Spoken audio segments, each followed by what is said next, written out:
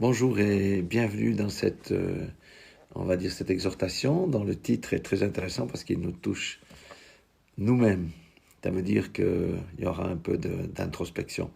Proverbe 4, 23 dit par-dessus tout, veille soigneusement sur ton cœur, car il est la source de tout ce qui fait ta vie. Qu'est-ce qui fait notre vie? On a les bénédictions, on a les malédictions, on a les bonnes choses, on a les choses moins bien. Alléluia. Donc le cœur a une importance particulière. Dans Jérémie 17, 9, verset 10, version Semeur, le cœur est tortueux, c'est-à-dire trompeur, plus que toute autre chose. Il est incurable. Et c'est vrai qu'on ne peut pas guérir son propre cœur. C'est Dieu qui peut changer notre cœur. Qui pourrait le connaître?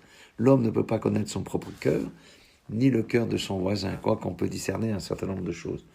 Moi, l'Éternel, je sonde les cœurs, je scrute le très fond de l'être, ça veut dire le plus profond de notre être, alléluia, pour donner à chacun ce que lui auront valu sa conduite et les effets de ses agissements. Alléluia. Donc si nous regardons bien, déjà même le cœur est caché à l'intérieur de la cage thoracique, et même si on ouvrait la cage thoracique, on ne pourrait pas voir ce qu'il y a à l'intérieur de notre cœur. Pourtant, je vais vous choquer, mais ce qui est à l'intérieur de notre cœur va déterminer quelles sont nos tentations.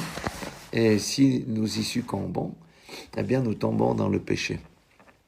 Alors pour ça, il faut aller dans Jacques, chapitre 1er, ça c'est notre texte fondateur, à partir du verset 12, il dit « Heureux l'homme qui tient ferme face à la tentation, car après avoir fait ses preuves, il recevra la couronne du vainqueur. » Donc nous passons tous par la tentation, il ne faut pas rêver.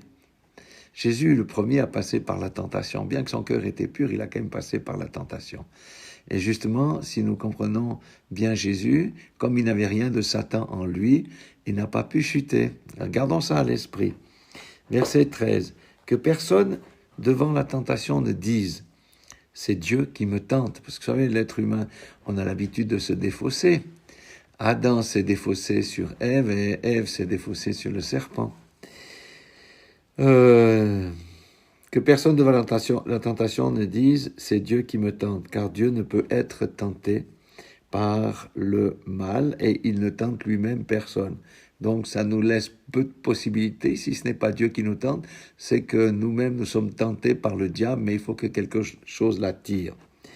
Et il dit au verset 14, « Lorsque nous sommes tentés, ce sont les mauvais désirs que nous portons en nous qui nous attirent et nous séduisent. » Alléluia, voilà. C'est le diable vient lorsqu'il y a une porte ouverte, lorsqu'il y a des choses mauvaises en nous, là, il peut nous tenter. Et là, nous avons le choix de succomber à la tentation ou d'y résister. Verset 15, il dit « Puis le mauvais désir conçoit et donne naissance au péché. Or, le péché, une fois parvenu à son plein développement, engendre la mort. » Quand on dit le péché, une fois parvenu à son plein développement, ça veut dire qu'à force de pécher sur le même sujet, notre cœur s'endurcit et la pratique du péché devient régulière. Et c'est la pratique du péché qui engendre la mort. La mort, ça peut être la malédiction, ça peut être une maladie, ça peut être des circonstances difficiles dans lesquelles on tombe à cause du péché. Alléluia. Mais donc, ça, c'est de la faute à qui? C'est de la faute à nous. C'est pas la faute de Dieu, c'est pas la faute du diable. Le diable, lui, peut agir d'une certaine manière que pour autant qu'on donne accès à notre cœur. Ne vous laissez donc pas égarer, verset 16, sur ce point, chers frères et sœurs. Tout cadeau de valeur, tout don parfait nous vient d'en haut, du Père des Lumières, en qui il n'y a ni changement, ni ombre, dû à des variations. Ça veut dire le seul qui peut nous donner la force de passer par-dessus cette tentation de la vaincre, c'est le cadeau du Seigneur. Amen. Alors après verset 18, par un acte libre de sa volonté, il nous a engendrés par la parole de vérité pour que nous soyons comme les premiers fruits de sa nouvelle création. Alléluia. Qui étaient les premiers fruits de sa création? Avant la chute, c'était Adam et Ève, mais qui est, après la chute, le premier fruit de la création? C'est Jésus qui, lui, a vaincu toutes les tentations. Pourquoi? Parce qu'il a marché dans la vérité, il a marché dans la lumière, il a marché sans fauter, parce qu'il n'y avait rien du diable en lui, et surtout Jésus-Christ a marché dans l'obéissance et dans la foi au pouvoir de Dieu. Alléluia. L'obéissance, mais vous savez, L'obéissance et la foi vont de pair, parce que la foi, ça veut dire aussi la confiance. Donc, si nous arrivons à mettre notre confiance en Dieu, nous pourrons vaincre le péché parce que nous croyons à sa parole. Abraham a fait confiance à son Dieu lorsqu'il l'a demandé d'égorger Isaac, de le sacrifier, parce qu'il avait confiance que Dieu avait suffisamment de puissance pour le ressusciter des morts, pour accomplir sa promesse. Mais ce que l'on sait moins, c'est qu'Isaac a dû faire confiance à son père, parce qu'il y a une conversation qui a eu lieu entre Abraham et Isaac. Vous croyez qu'Isaac, c'était déjà un jeune homme, presque un homme? Il s'est laissé attacher comme ça s'il n'avait pas manifesté la confiance à son père. Son père a dû lui dire, lorsqu'il a posé « Mais où est le sacrifice ?» Donc c'est la question de la confiance. La confiance, c'est croire en Dieu. Et la confiance, c'est croire en la parole de Dieu. Donc la parole de Dieu dit que nous devons veiller sur notre cœur, car il est la source de tout ce qui fait notre vie. Alléluia. J'ai parlé des ordures dans les années 1800 et quelques. Les philosophes, chrétiens ou non, étaient d'accord pour dire que c'est au fond du cœur que se cachent les ordures de l'homme. Alors j'imagerai de manière un peu plus crue, si vous avez des excréments qui sont sur la route, par exemple, ou dans le champ, qu'est-ce que ces excréments vont attirer? S'ils sont frais, ils vont attirer les mouches. Si nous regardons ce qu'on appelle les bousses de vache, il y a toujours des tas de mouches qui viennent là autour, parce qu'elles ont été attirées par l'odeur. Et dans notre cœur, on a des choses qui attirent les mouches. Les mouches, ce sont les démons. Alléluia. Et les démons sont là pour nous tenter. Pourquoi? Parce qu'on émet un signal qui leur dit « Allez vers cette personne ». Il y a quelque chose à l'intérieur de son cœur, ce qui fait que nous pouvons le tenter. Du reste, dans Jacques 2, verset 21, il dit « Débarrassez-vous donc de tout ce qui souille et de tout ce qui reste en vous de méchanceté. » Amen. Qu'est-ce qu'on peut avoir en nous? On peut avoir de l'orgueil. L'orgueil dégage une certaine odeur. Et si on a l'orgueil, on va être tenté selon l'orgueil. Des impuretés sexuelles. Oui, si on a des fantasmes ou des choses comme ça, on va être tenté par rapport à ces impuretés-là. Pourquoi les gens tombent dans l'adultère? Parce qu'ils ont la convoitise des yeux sur le sexe opposé. Donc, vous voyez, chacun aura des tentations de nature différente. Certains, c'est par rapport à l'argent. Ceux qui aiment trop l'argent, la tentation va venir sur le vol, la fraude, sur ce genre de choses. Vous voyez, on a des choses, vous savez, le cœur, il y a plein de replis dans le cœur, mais on ne voit pas. On ne voit pas. On verra après quelle sera la solution. Il y a dans Proverbe 27, 19, il dit quelque chose d'intéressant ici. Il dit « Regardez dans l'eau et vous verrez s'y réfléchir votre propre visage. Sondez le cœur d'un homme et vous verrez s'y réfléchir votre propre cœur. Si vous sondez le cœur d'un homme qui vit dans la justice, la droiture, et que vous trouvez peu de choses qui vous correspondent, ça veut dire qu'il y a plein d'autres choses dans votre cœur. A contrario, si vous sondez le cœur d'un homme qui vit dans la fraude, les impuretés, que vous trouvez beaucoup de choses dans son cœur qui vous ressemblent, c'est un signalement pour vous de dire « Ah, attention ». Donc, lorsque nous sondons le cœur des hommes, de nos frères, de nos sœurs ou de qui que ce soit, nous devrions toujours nous caler sur les gens qui sont un exemple, afin que le Seigneur nous révèle qu'est-ce qui doit changer, qu'est-ce que nous avons pas. Alléluia. Donc, vous savez, dans cette affaire de choses ici, le cœur, c'est vraiment hyper important. Le Seigneur m'a montré aussi une autre image. Il m'a dit, regarde, vous savez, on a les gants de cuisine ou les gants qu'on utilise pour le jardin. C'est des gants qui peuvent être plutôt épais ou pas trop, ça dépend de l'usage. Mais si quelqu'un, à force de mettre sa main dans ses gants et que ses mains sont sales, qu'est-ce qui va se passer? Eh bien, la saleté va venir à l'intérieur du gant. Et lorsqu'on retourne le gant, on voit vraiment le véritable aspect de l'intérieur. C'est là qu'on voit la saleté. Notre cœur, c'est exactement la même chose. Nous devons mettre notre cœur à la lumière, le retourner pour voir toute la saleté qui s'y cache.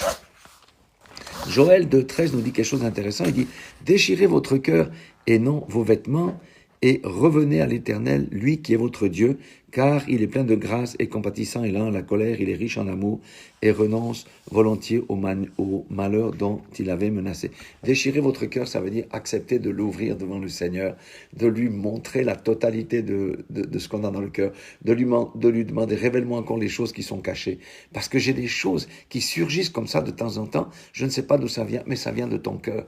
Donc il faut demander au Seigneur de nous révéler. C'est pour ça qu'il dit déchirer, ça veut dire expose à la lumière. Et Jérémie 29, 13 dit « Vous vous tournerez vers moi et vous me trouverez lorsque vous tournerez vers moi de tout votre cœur. » Alléluia. Donc, ce que nous devons faire, c'est véritablement nous examiner. Et vous savez qu'on peut s'examiner en regardant les autres aussi. Ceux qui ont une bonne conduite, ceux qui ont une mauvaise conduite, ceux qui ont des bons comportements, ceux qui ont des mauvais comportements. Tout ça, ça nous permet c'est un effet miroir sur qui nous sommes et de demander au Saint-Esprit, nous vivons dans les temps de ténèbres, mets ta lumière sur mon cœur. Je ne veux plus être celui que j'étais avant. Et lorsqu'on a ce désir dans le cœur, le Seigneur va nous le révéler. Alléluia. Comme je disais, les excréments attirent les mouches, qui sont les démons, hein, mais une fois secs, ces excréments, eh bien, ne dégagent plus d'odeur, les mouches ne viennent plus. Qu'est-ce que ça nous dit? Par analogie, ça veut dire les démons sont attirés par l'odeur du péché, hein, l'odeur de quelque chose qui n'est pas correct en nous. Mais si le péché sèche et meurt, si ce que nous avons dans le cœur sèche et meurt, et expulsé et évacué, ils ne peuvent plus venir nous oppresser d'aucune manière. C'est pourquoi c'est une marche progressive dans la sanctification. Nous ne devons pas avoir crainte d'exposer nos faiblesses, d'exposer ce qu'il y a dans notre cœur à la lumière de la parole. Et on peut s'examiner aussi lorsqu'on lit régulièrement la parole de Dieu, parce que la parole de Dieu révèle véritablement qui nous sommes. Donc vous voyez, dans cette affaire de cœur, Dieu ne nous tente pas, c'est les choses qui sont en nous qui attirent le tentateur pour nous faire chuter. Et lorsque ça se produit de manière récurrente, ça veut dire que nous avons un problème. Il faut faire attention parce que nous allons tomber dans la pratique du péché. Et le diable est assez malin pour dire, mais non, le Seigneur te pardonne. Oui, le Seigneur pardonne lorsque nous confessons nos péchés, mais il veut surtout qu'on ne reste pas dans cette position de péché. C'est pourquoi il est important de désirer vouloir se débarrasser des choses que nous caressons dans notre cœur. Notre marche ne sera que plus lumineuse. Donc, les tentations sont différentes d'un individu à l'autre. Donc, il faut le comprendre, il faut ouvrir notre cœur, demander au Seigneur qui nous révèle tout ce qu'il y a de caché. S'il y a des choses que nous savons qui ne sont pas bonnes, il faut demander au Seigneur de nous les couper. Il faut crier à lui de nous débarrasser de cette puanteur, de ces ordures qui attirent la tentation sur nous-mêmes. Et nous nous soumettons à Dieu et nous résistons au diable et il fuira loin de nous. C'est aussi dans Jacques 4, 7, etc. Bien entendu, ça passe par la repentance.